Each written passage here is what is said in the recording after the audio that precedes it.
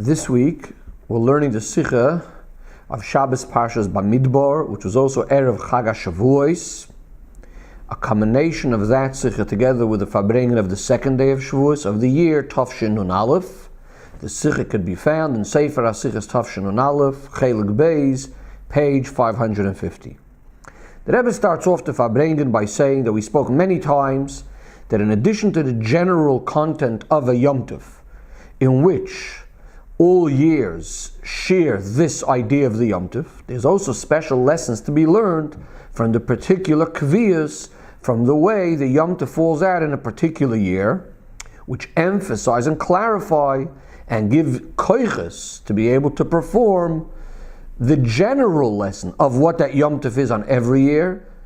So every single year, the particular way how the Yom Tov falls out helps us in actualizing the lessons of what that Yom Tov is all about. So this year is unique in the fact that Shavuos comes right after Shabbos. That is, that the avodah of Shavuos is being done under the influence and along with the influence of the day of Shabbos Kodesh. Especially that there's absolutely no interruption between the day of Shabbos and the days of Shavuos with ordinary weekdays, so that we have 3 days, which is a chazaka, 3 days of kedusha, one after the other.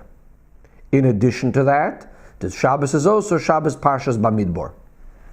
Now, this sort of kviyas is also unique in the fact that Shavuos comes out on the first day of the week, on Sunday, the first day of Shavuos, which the first day in the week generally is symbolic of and represents and is similar to the first day of creation, as we can understand from the Shir Shel Yoim of the day.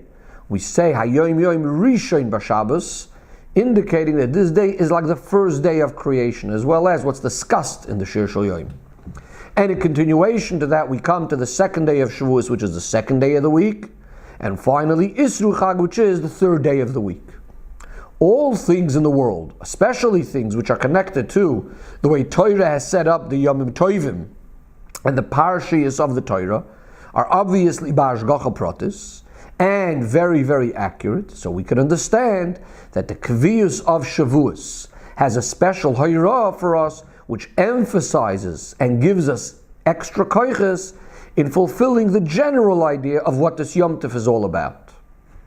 So to explain the connection of Shavuos, Matan Torah, with Shabbos, as we said, Shavuos is coming right under the influence of Shabbos. We could see this in the Maimer Chazal. The Gemara tells us, the Kule Alma, everyone agrees that the Torah was actually given on Shabbos.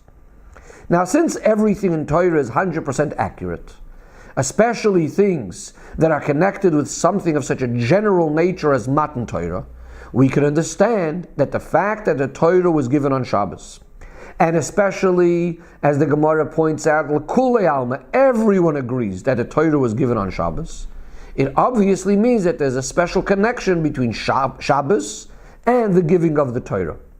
What's the connection? So the Rebbe says we can explain it in the following way. This is one of the explanations, says the Rebbe. The whole idea of Shabbos is Menuha, is rest, peace, tranquility. As the Chazal tell us, that just before Shabbos came in for the first time, the Eibishter looked at the world and said, what is the world missing? All that it's now missing is Menuha, is rest. Shabbos came along, now we have the completion of creation, we have the idea of rest as well. Or to use the expression that we say in benching on Shabbos, and it's based on a Mishnah, we say, Harachamon hu yanchileinu, liyoim shekuloi Shabbos u'menucha l'chayei ha'elamim. Asking the Eibusha to bring us to that ultimate Shabbos, that when Mashiach is going to come, the time that's going to be complete menucha, complete rest. Even more emphasized is this in the expression in Shmoyne Esrei of Mincha of Shabbos, where we mention a number of expressions of menucha. We say Yoim Menucha, Menuchas Shaloi, Menucha Shleimo Shata Roitzaba, and other expressions of menucha, of rest. What is the idea of rest? And how do we get to the idea of rest and peace and tranquility? So this is really accomplished mainly through Matan Torah. As the Chazal tell us on the Pasuk, Vayihi Erev Vayihi Voiker Yom Hashishi. So the Chazal tell us, why does it say Yom Hashishi, the sixth day, which doesn't say the same thing by the other days of creation? So what does this Hashishi teach us? What it's telling us is that the Eibishter actually made a condition with all of creation and said to them, if the Yidden are going to accept the Torah, then the world will continue to exist. And if not, the Eibishter will put back the world to nothingness. This is hinted in the Pasuk, Eretz Yara Vishakata. First the land or the world feared and trembled, and then finally at Matan Torah it calmed down. And this is what it means, Yom Hashishi, that in the beginning of creation is already a hint that it's really waiting for the Shishi, the sixth day of Sivan, when the Torah will be given. This is why everyone agrees that b'Shabbos nitna Torah, that there's a special connection between Torah and Shabbos, that the Torah was given on Shabbos, since Davka the Torah, receiving the Torah, is what brought about the tranquility into the world, which this is the greatest form of Bas, Shabbos, Bas, Menuha. We said before that Shabbos brings about rest in the world. But the idea of rest came about, when did the world finally rest and finally relax, was by Matan Torah. And this is what we say in the beginning of Sheishis Meibereishis, before Shabbos came, there was the rest is what was lacking in the world. But the emissary rest and the real rest comes about by Matan Torah. And this is a connection why we say that Matan Torah was on Shabbos, again, both of them being the idea of Menuha, the idea of tranquility. What is the connection between the idea of Menuha that comes dafka through Shabbos and through Torah? That Matan Torah, Kabbalah Torah was on Shabbos. So the Rebbe explains this in Seif Gimel. The world on its own, the way it's created, is in a way that there's constant movement, which is of course the opposite of Menuha, which is about serenity, being calm and relaxed. Now first of all, we have the idea of time itself. Yom Rishon, Yom Sheni, the first day, the second day. Time, the definition of time is that there's constant change. There's past, present, future. Generally the idea of things that precede others and something that's come later. And all things created in the world, which the world is made up of time and space, are under the influence of time. So everything is constantly changing. In addition to that, there's of course the specific changes that each and every one of the creations of the world go through. So that's regarding time. The Rebbe says furthermore, also the division of space and place, the various different levels of the different directions and up and down and change from one place to another, that is also connected to a lack of peace and tranquility. In fact, once again, it's connected to the idea of constant change, because every single place has its own way of conduct, every single place has its own characteristics, and when one moves from one place to another, it's a big bother, and he has to change himself from his previous state to his current state. So both Zman and Mokim, which are the basic ideas of how our world is made up, time and space, are both very much the opposite of Menucha, the opposite of being relaxed. Comes along Shabbos. Shabbos brought peace into the world. Bas Shabbos, Bas Menucha. Shabbos came, rest came. Because the creation itself was finished and completed in the 6 days of creation. Everything has been created, the heavens and the earth, and the Eibishter completed all of the work that he has done. And now, after the whole world is created, what's felt in the world and in all the details of the world and all the changes of time and space is how everything was created from Hashem Echad.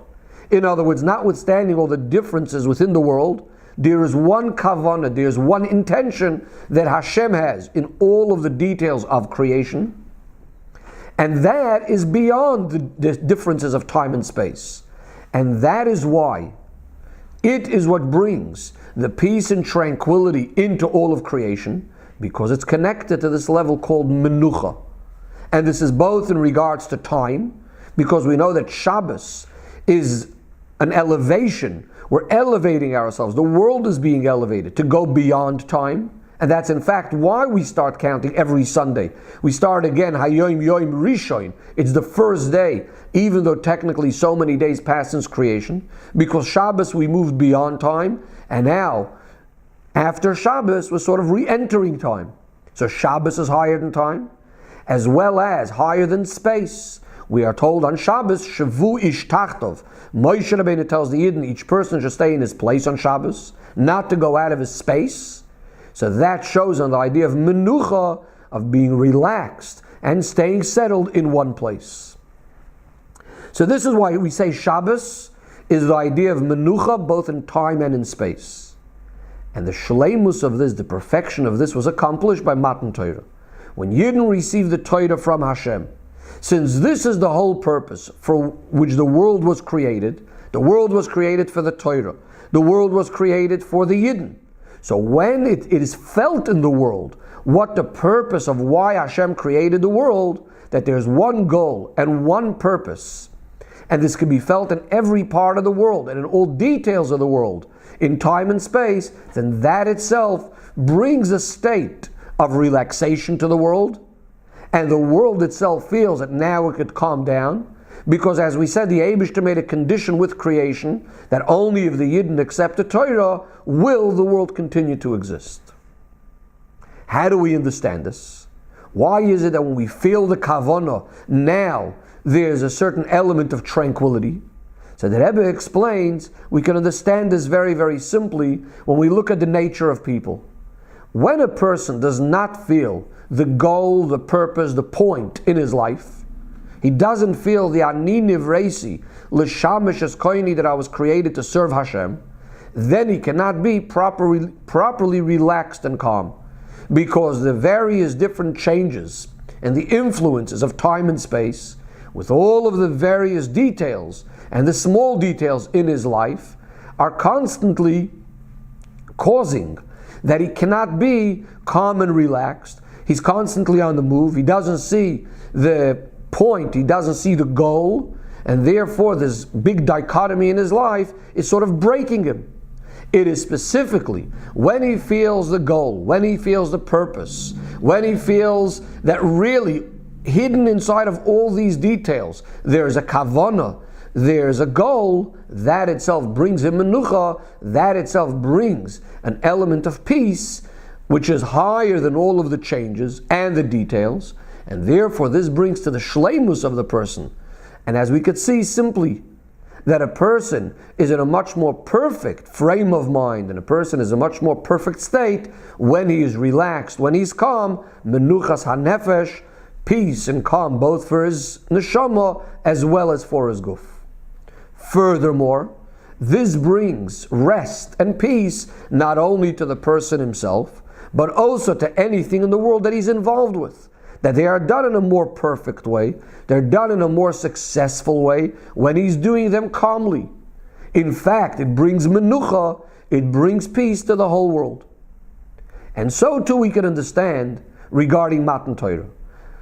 Lavdil, just like it's physically within a person that when he's calm things work out better, in a similar way is regarding Matan Torah. When the Yidden received the Torah, it was revealed the whole purpose of why the world was created. It was created for the Torah and for Yisrael. The Yidden should receive the Torah, accept the Torah and mitzvahs, and fulfill them. And they should also have an influence on the Ummah Yisrael, on the nations of the world, to fulfill their Sheva mitzvahs b'nei Noach. And in that way making the whole world a dira for Hashem down here. And this is why, once this goal is felt and realized, this is what brings menucha, peace and tranquility in the whole world.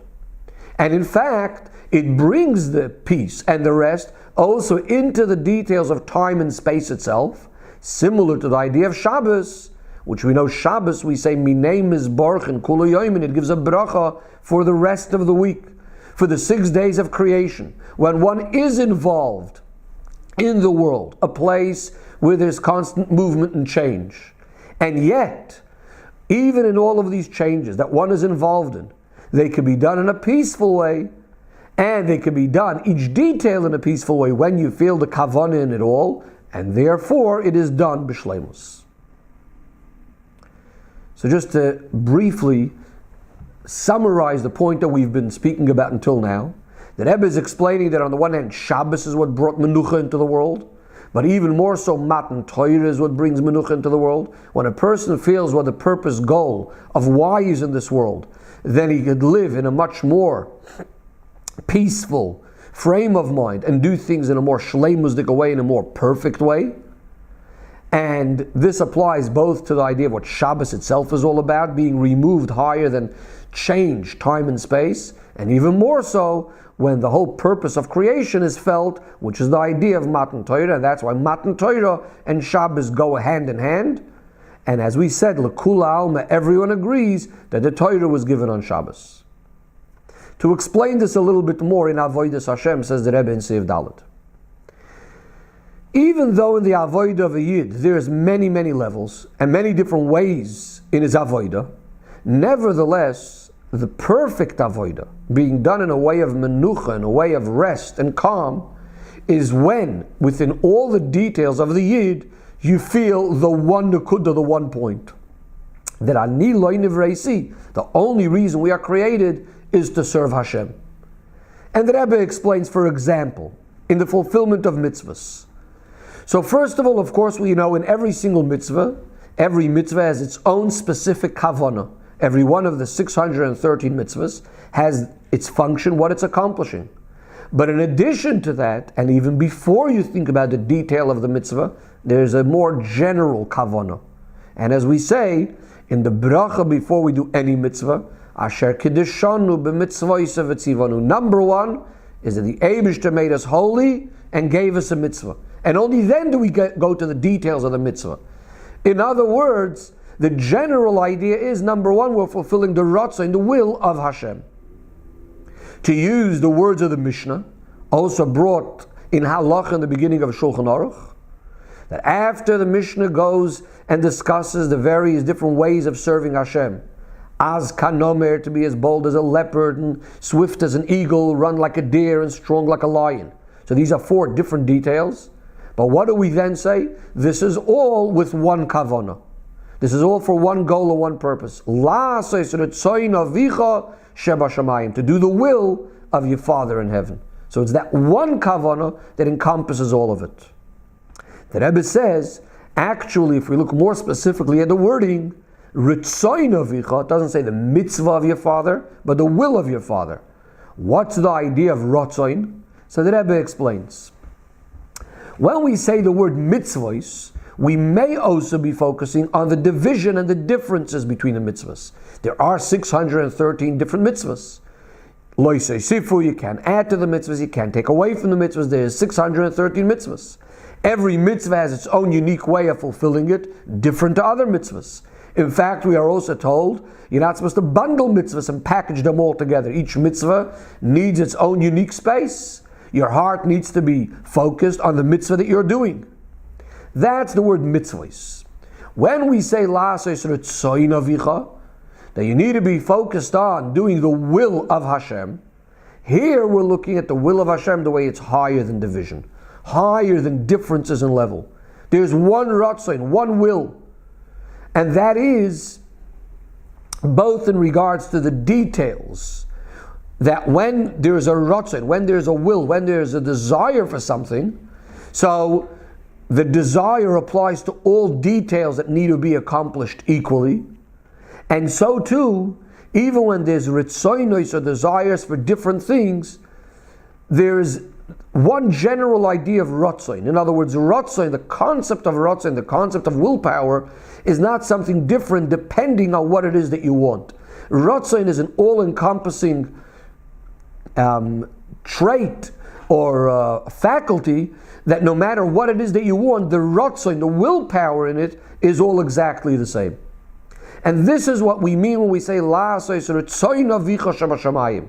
Because yes, there are the differences of the mitzvahs, but the real shleimus of the avodah, the real way of doing a mitzvah with menucha, with peace and tranquility, is when in every mitzvah you feel that one nekuda, that nekuda that's beyond the differences, which is that we are fulfilling the Ratzu of Hashem. And from there, of course, it's drawn down then into the details of the mitzvahs, as each mitzvah has its own specific time and space, as it's known that really every single mitzvah also includes and has a bit of the other mitzvahs in it as well. That's why we say, for example, if a person is involved in one mitzvah, he's exempt from doing another mitzvah, because every mitzvah is koilel, includes part of the other mitzvahs. And therefore, when you're fulfilling one mitzvah, it's as if you're doing the other mitzvah. So in other words, there's first of all the general idea of the Ratzoin that's equal in all the mitzvahs, but even as the mitzvahs come down separately, it is sort of felt in the mitzvah, in the details of the mitzvah, how really all mitzvahs are one unit and one inyan. Says the Rebbe in Seif Hey, this idea that on the one hand the mitzvahs, each one has its own specific idea, each one has its individuality. At the same time, there's something bigger that is felt in all of the mitzvahs, that it's all about the Ratzu of Hashem, is specifically emphasized in the mitzvah of Avas Hashem, which of course is a mitzvah that includes, Avas Hashem includes all the mitzvahs aseh. And in fact, since Yiras Hashem, fear of Hashem, is a mitzvah aseh, so that is also included as one of the mitzvahs that are included in the mitzvah of Avas Hashem. The mitzvah of fear of Hashem, we are told, includes all the mitzvahs lois aseh. So in a sense, the mitzvah of Avas Hashem really includes all of the mitzvahs. So there's the mitzvah of Yahavtas Hashem Elokecha, loving Hashem with your whole heart. The mitzvah of Ava, within the heart, is very much connected with the idea of movement and change. Ratzu and Shuv, which literally means running and returning. So we are told, Im Ratz libcha shuv le'echad. If your heart runs, you have this great yearning and desire, etc. Shuv, there's a concept that you need to return. But the expression is shuv le'echad. What does this mean, shuv le'echad? Return to one. Wouldn't it be enough if it just says im ratz libcha, if you have this feeling of ratzui, of yearning, of your neshama wanting to go up, you need to return, you need to come back. The pasuk, in fact, v'achayis ratzui v'shuv, this is where it originally comes from, that the malachim were running and returning, just says ratzui v'shuv. So what's this idea of shuv le'echad? In fact, on the contrary, the avodah of a person's heart is constantly ratzui v'shuv, back and forth, back and forth. In fact, the very life of the person, which is coming from the blood flowing from the heart, is also dependent on there's the constant movement and the heartbeat and the pulse, etc., which is also all connected with this idea of ratzui v'shuv. Similarly, in avodah of the person's heart, in avas Hashem, there's this concept that there needs to be this ratzui v'shuv. There's the ratzui, the person's desire wanting to go up higher and higher. And then there's the shuv coming back down, that he realizes that he needs to remain within the body. And that brings him to then a higher form of ratzui, to try to go even higher, and then to another level of shuv, etc., etc. So there I would understand from the words ratzui v'shuv. But what does it mean, shuv le'echad, return to the one? That seems to be implying that there needs to be an echad we're returning to, not to idea of ribui, not to movement, not to growth, not to separation of Ratzu v'shuv, but there's some sort of echad, one that we need to return to, which seems to be the opposite of what we were saying, which is Ratzu v'shuv, constant movement and change. So what does this shuv le'echad mean? So the Rebbe says that what this means is as follows, similar to what we were saying before. The shleimus in a person's avodah is dafka when there is menuha, when he's relaxed, when he's calm. In fact, that even in a place where there is the constant movement, within that he finds the tranquility, and he does it in a peaceful way. How does one do that? It is what is felt that there's one Ratzu of Hashem, there's one purpose in all of these avodos. And that's what we mean when we say Ratzu libcha shuv le'echad. That the goal and the shuv, the purpose of how it needs to be, is not only that we have a ratzui, we're running, we're returning, then being able to run even higher. Rather, shuv le'echad means what we need to keep in mind, there's an echad. There's one ratzui of Hashem. that means what I'm feeling is not so much about the differences, the Ratzu or the Shuv, the running or the returning. Rather what's felt is, what is it that Hashem wants? There's one will of Hashem. I need to fulfill the Ratzu of Hashem, regardless if it is going in one direction, going in the other direction. Or as the famous expression, Afilu nitztavinu lachtov eitzim, we're doing whatever Hashem wants, whatever it takes, even if we were to be commanded to chop wood.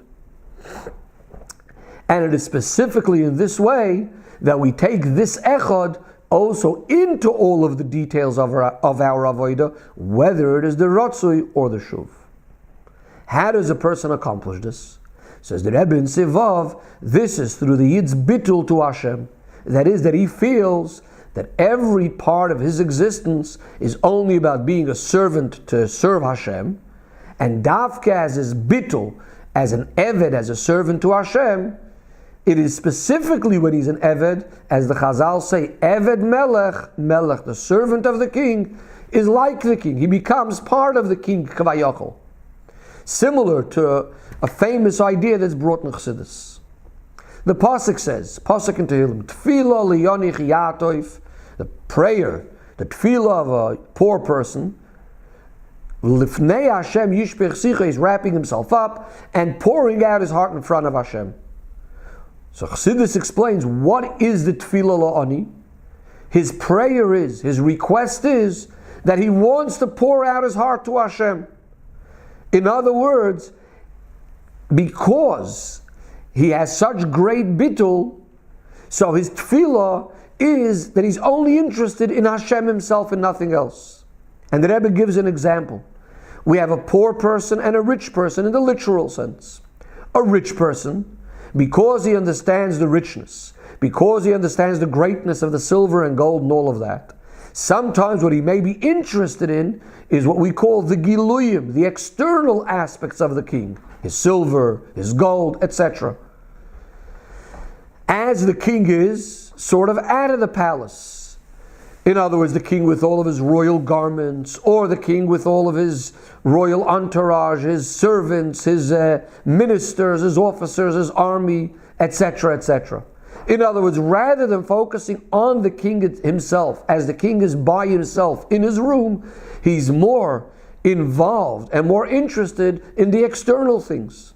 Whereas the poor person, specifically because he doesn't have an understanding in all of these giluyim, in all of these external things, it is specifically because of that he has but only one interest, to speak with the king alone, and as the king is in his private chamber. In a similar way in Avodas Hashem, the tefillah of an Ashir, because he understands certain aspects of the greatness of Hashem, and say the Ishtalshalus, and the different Malachim and Serafim and Chayis and Efanim, and even the 10 Spherois. So it's possible that what he is going to be interested is in certain Giluyim, in certain revelations from up above.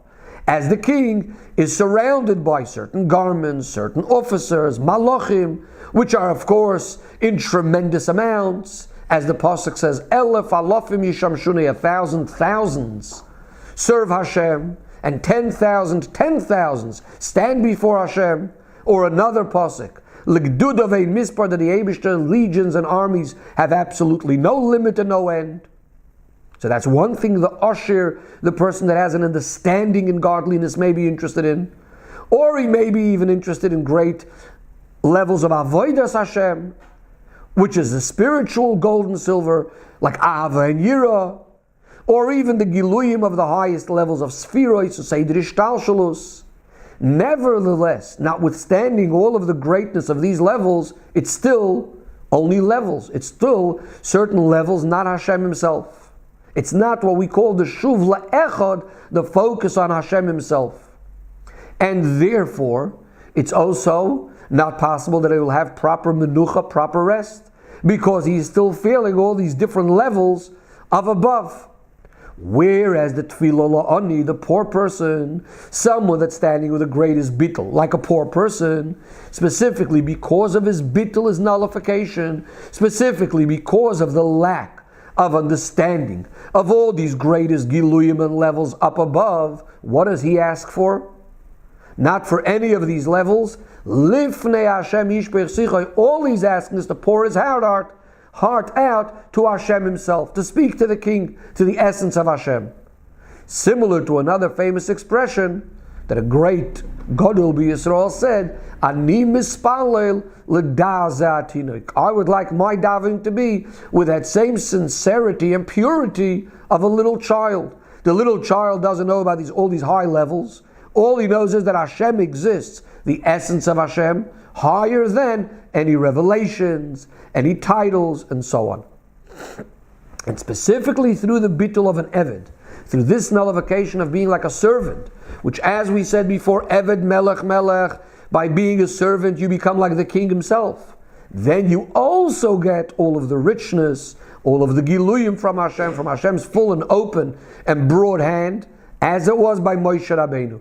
The Dafka, because he had such Bitul, as he said, V'nachnu ma, what are we? He ended up also having Ashirus, richness.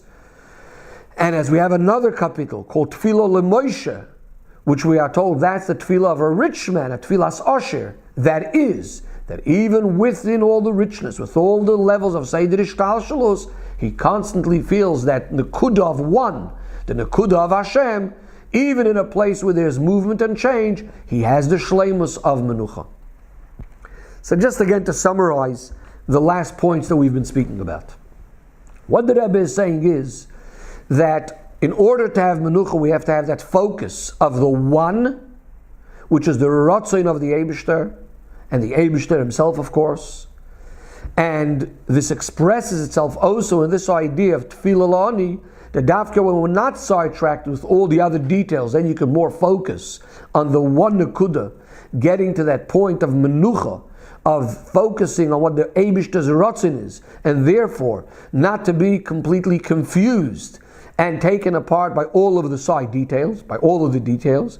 But the whole idea is, of course, to bring that Nekuda of one into all the details, and the example for that is a Moshe Rabbeinu, where on the one hand he does have all the richness, and the idea is to bring within all of the details that feeling of Hashem Echad. Says the Rebbe V'yesh Loimar, this is also hinted in the word Melech itself. He was speaking about Eved Melech, the servant of a king is like the king himself. The word Melech, a king, is also a Rosh Tevis, an abbreviation for the words Moyach, Leiv, and Koved, which means the heart, the mind, and the liver. The difference between the mind and the heart is that the mind is not constantly moving as is the heart. On the contrary, the proper way, how intellect could be the way it's supposed to be, is dafka when a person is calm and relaxed, as opposed to the heart, which is in this constant movement of the heartbeat, the pulse. And it is dafka in that way that's expressed that the chayus comes from the heart to the body, through the blood that's constantly flowing, moving back and forth. And so too, the midos, the feelings in the heart, like ava, etc., are again in constant way of movement and yearning, like the Ratzu and Shuv we spoke about before. But when we have the avoid of the Eved, the person serves with a Bitul, like we said before, Eved Melech Melech, that is combining the two ideas together. On the one hand, that calm, tranquil mind, together with the movement of the heart. That is, that the peace of the mind penetrates also into the movements of the heart, also into the midos. The idea of moyach shalit al halev, that the mind rules the heart.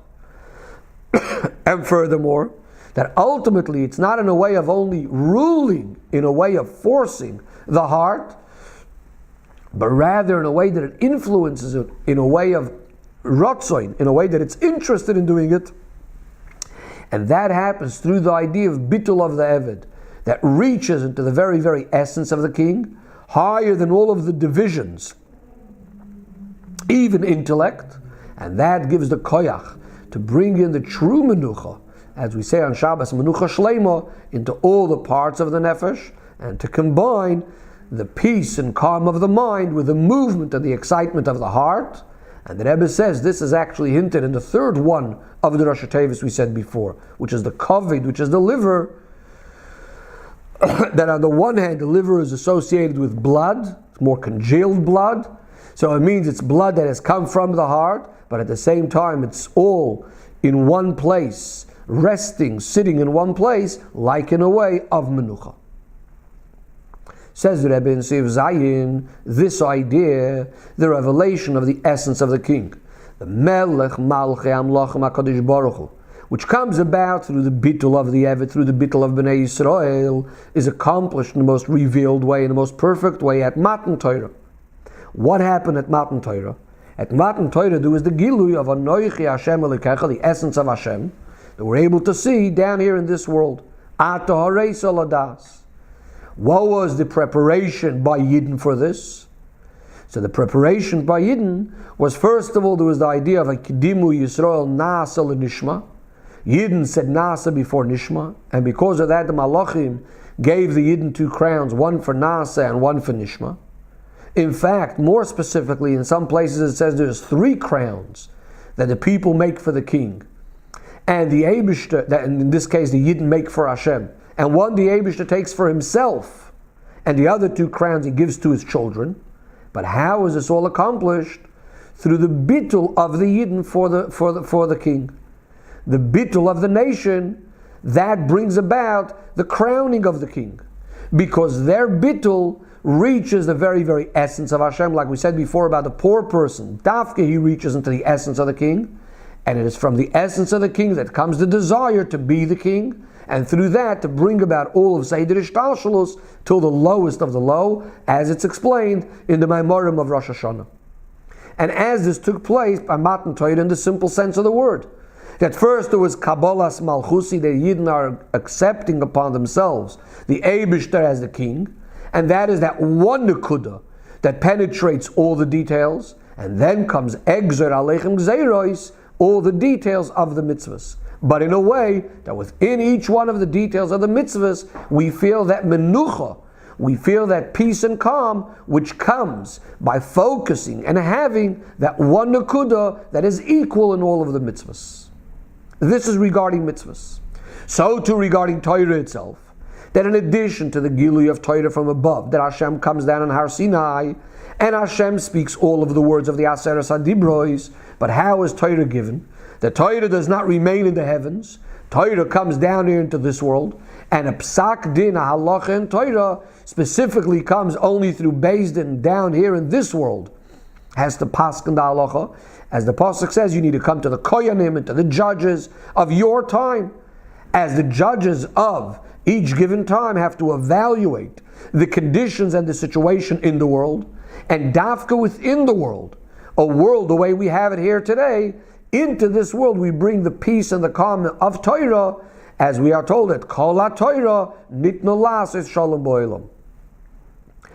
And from here also comes the koyach of Matan Torah to bring the peace into the whole world by revealing into each and every aspect of the world what the Eibishter's kavanah intention of the whole creation was all about. Says the Rebbe in Sifches. Now we can also understand the Seder of the Avodah of the Yidden as a preparation to Matan Torah. After the Yidden come out of Mitzrayim, they had the Avodah of the 49 days of Sfira, elevating and refining all the Midos from Chesed Shebechesed until Malchus Shebemalchus, which really is about change, moving from one day to the next, from one level to the next. After 49 days, at the end of Malchus Shebemalchus, when the Yid has the greatest Bitul, after all of this Avodah similar to the Tefillah La'ani, now we come to the 50th day, the 50th gate. As it's known, the Dafka Malchus reaches into the highest level of Keser, and to the deepest parts of Keser, like Lifnei Havaya that we were speaking about, coming to the very essence of Hashem, which is what Matan Torah is all about. Anoichi Hashem Elokecha, that the very essence of Hashem is becoming Elokecha, your Eibishter, your Koyach and your Chayas. So that's on the one hand, we have the essence of Hashem. At the same time, we also get all of the Giluyim, all of the various different details of all of Seder Ishtalshalos, all of Ma'aseh Merkava, the chariot, etc., which is all revealed. When it says Vayered Hashem al Har Sinai, he comes down with his Kisei HaKavod, with all of the various different spiritual Giluyim, in addition to all of the Gashmi Dika giluyim and abundance of hashpah, of ashirus, of richness that the Yidden had from the spoils of Mitzrayim and the sea. But it's all of these details and all of these things are all permeated with recognition of Shuv Le'echad. It's all about one Nakuda. It's all about our connection to Hashem. Says the Rebbe, now we can understand the special kviyus of this year, the lesson and the koyach that we get from the Shavuos falling out this year, going straight from Shabbos, Matan Torah Seinu, into the first day in the week, into Sunday. The Rebbe explains this in Seif Tes. Every single Shabbos, similar to the first Shabbos, brings about Menuha, brings about rest into creation. Bos, Shabbos, Bos, Menuha. Every single Sunday, the first day of the week, is once again renewed to things of the first day of creation, of Ma'aseh Bereishis, the way the Eibishter is renewing the whole world, brand new, starting from time itself. Bereishis bara Elokim es hashamayim v'sa'aretz. And as hashamayim v'sa'aretz includes also, of course, everything within the heavens and within the earth. So too, Matan Torah every single year. Every single year, Matan Torah, at the time of Shavuos, the Torah is given anew, similar to the first Matan Torah at the first time. And as we say, the bracha noisei na Torah is in the present tense, because every single time the Eibishter is giving us the Torah anew, and actually Mailim b'Kodesh, it's always even in a greater way. So from this we understand, when we're coming straight from Shabbos into Zman Matan Torah Seinu, without an interruption of any weekday type of activities, is being emphasized 2 points, 2 lessons. First of all, that the preparation, the Erev for Shavuos is Shabbos. What is Shabbos? Shabbos is the idea of Menuha. The whole idea of Matan Torah, as we said, everyone agrees that the Torah was given on Shabbos. What is Shabbos? We said the idea of Menuha. So that's giving even an extra koyach to bring about a real Menuha on Zman Matan Torah Seinu, because we're coming straight from the influence of Shabbos, that day of rest. Point number 2. Since Matan Torah Seinu is on a Sunday this year, so that emphasizes even more that the Menucha, that peace and tranquility of Matan Torah, is coming into the world, in a world that's being created anew on the Sunday of creation, similar to the first Sunday, that is bringing the Menucha, that Shabbos-dik attitude, into a world which on its own is connected to differences of time and space, and yet we're bringing the Menucha into that. Furthermore, the fact that the world is being renewed is actually coming from the renewal of Torah itself at the time of Matan Torah. As we are told, the Eibishter looks into Torah and creates the world. So if that's the case, it's understood that the Chidush of Zman Matan Torah this year is even more connected with the Menucha, with the peace and tranquility of the world itself. Says the Rebbe in Sif Yud, now we could also understand the special connection to Shabbos Parshas Bamidbar specifically. We know that the Torah was given specifically in a Midbar. It's understood that this isn't by chance, chas v'sholem. Rather, it's ba'ashgacha pratis. If everything in the world is ba'ashgacha pratis, how much more so in of Matan Torah? Because there's a special connection between Matan Torah and the idea of a Midbar. One of the explanations is, within the world itself, that a world itself, as we said before, is a place that's really lacking the serenity and the tranquility. So within the world itself, where do you have this in its most ultimate way? A lack of peace and tranquility is in a midbar, in a desert, in a wilderness, a place that the Pasuk says, Lo yoshav adam sham, a place that's not inhabited by man. A person's place is not in the midbar, especially not in a settled and a permanent way. And yet the Chiddush is, where was Matan Torah? Where was the peace being brought? In a place that's the ultimate and the furthest away from Menucha, from a place of being settled. So if that's the case, if the Torah brings in the Menucha, even to the Midbar, how much more so that the Torah brings Menucha into all other aspects of the world, places where it is possible to live and places that can be inhabited. Says the Rebbe that this is also emphasized by the fact that in the beginning of Parshas Bamidbar it speaks about the counting of Bnei Yisrael in Midbar Sinai. We know the idea of counting shows on something of permanence. we say that Dover Shabbaminyan is something that it's counted, is not nullified. Especially that the Eibishter counts the Yidden because he loves them, he keeps on counting them all the time. So that represents even more the permanence of the Yidden and their Menuha, that they're very, very solidly based, and the Eibishter is counting them. On the other hand, where is the Eibishter counting them? In the Midbar, a place where we just said, Lo Yashav Adam Shav, a place that's not inhabited, which represents bringing down the Menucha even to a place that seems to be just the opposite. Says the Rebbe, as an example for this, we can also find Lahavdil by the mitzvah of Meiser Behema, of taking the 10th one off the animals, offered as a carbon, etc. So when do we count these animals? The Seder is that we have the animals walking out of the barn. They're walking out, so you cannot count them when they are settled in one place, dafka when they are walking out of the barn, until we come to the 10th one, and then the 10th one is holy.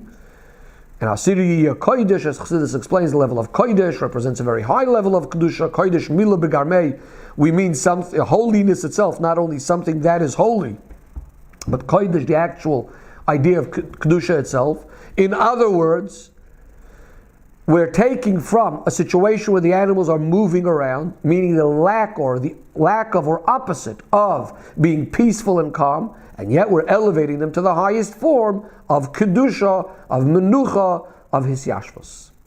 Says the Rebbe in Seif Yud Aleph, the lesson from all of this practically is, since Matan Torah Seinu every single year, the Torah is being given anew, and it is being given down here in this world. Torah is not in heaven, in a way that it keeps on adding more and more into the Menucha of the world. It's understood that Yidden need to every single year anew receive the Torah and accept the Torah in a renewed way. As we are told, B'chol yoyim yiyu beinecha chadashim. Every day Torah has to be brand new. And in a way that you absorb this in your seichel down here in this world, and to the extent that you can mamish touch it and feel it. Especially this year when we're coming straight from Shabbos into Zman Matan Torah Seinu on Sunday, the Chiddush needs to be, the Chiddush has to be in a much stronger, more powerful way, and at both extremes. On the one hand, we need to accept and receive the Torah with a full recognition of the Noisen HaTorah of Hashem, and that the Torah is the whole purpose of creation. And therefore, it brings a bigger Menucha into the Yid's Avodah, as well as a bigger Menucha in the world. But at the same time, drawing down, bringing this Menucha into all the details of the mitzvahs, into all the details of his faculties, into all the details of his Avodah, and all the details of the whole world. Practically, this means starting with that a person comes along with chidushim in the way he is learning Torah in a renewed way, with a recognition of Hashem, the giver of the Torah, especially by learning Pnimiyus HaTorah, in which Da'as Elokei Avicha, you come to know Hashem and serve Him with a complete heart. So on the one hand, the chidush over here is that you're learning Torah in a renewed way, in the sense of getting more of a recognition for Hashem. But at the same time, the learning is also in a way that it's absorbed and comes into the intellect and the understanding, comprehension of the person. And simply this means that every person needs to add in a renewed way, both in the quality and in the quantity of learning Torah, both as far as the general shiurim, which are equal for everyone, including, of course, what we're learning these weeks, Pirkei Avos every Shabbos in the summer months. And better yet, if we could learn at least one Mishnah or even a few, learning it more in depth with Havana V'Asaga, with understanding. So too with the famous Shiurim of Chitas, learning every single day the Shiur Chumash as it's divided to the days of the week, the Shiur Tehillim as it's divided for the month, the Shiur Tanya as it's divided for the year. That these three Shiurim are connected, are corresponding to the three tzaddikim, the three shepherds that are all connected to Shavuos. That is, Chumash is Keneged Moshe Rabbeinu, which Moshe Rabbeinu, of course, on Shavuos, Kibul Torah Misinai. Tehillim, the Sefer of David HaMelech, whose yahrzeit is on Shavuos, as well as Tanya, which is the explanation of the Torah of the Baal Shem Tov, whose yahrzeit, once again, is on Shavuos. And even better yet, and more appropriate, also in adding in the learning of the Rambam, so in addition to Chitas, as it is divided to be learned over approximately a year by learning 3 prakim a day, or when learning 1 Perek a day, finishing it in approximately 3 years, or alternatively also learning Sefer HaMitzvahs. This is as far as general shiurim are concerned, as well as also strengthening ourselves in our private shiurim in all areas of Torah, each person according to their own level. Says the Rebbe in Sif Yud Beis, in this idea of adding in Torah, in connection to Shavuos, the Rebbe is suggesting and encouraging another inyan, that is to publicize and to print Chidushei Torah. And the Rebbe says this by prefacing first the following: it is known that it is within the ability of each and every Yid. Furthermore, it's an obligation on each and every Yid to be mechadish in Torah, to come up with new inyanim in Torah, to add in Torah. As the Alter Rebbe paskins in Hilchos Talmud Torah, that one needs to be mechadish, come up with new inyanim.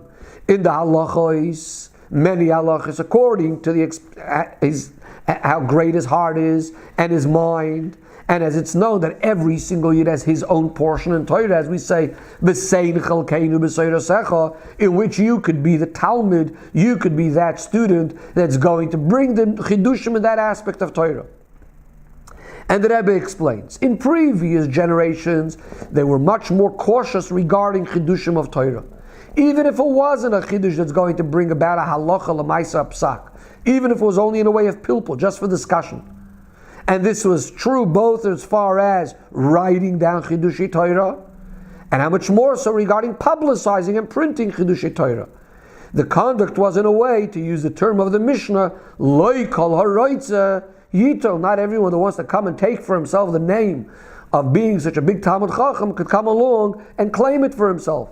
It was only after many conditions that were met that proved that the Chidushim are actually true and accurate and fitting with the truth of Torah. Says the Rebbe, whereas the more recent generations, especially our generation, so on the one hand we need to be even more cautious, because since we cannot rely on every single person that's writing this Chiddushei Torah and Piskei Dinim, not necessarily everything's reliable.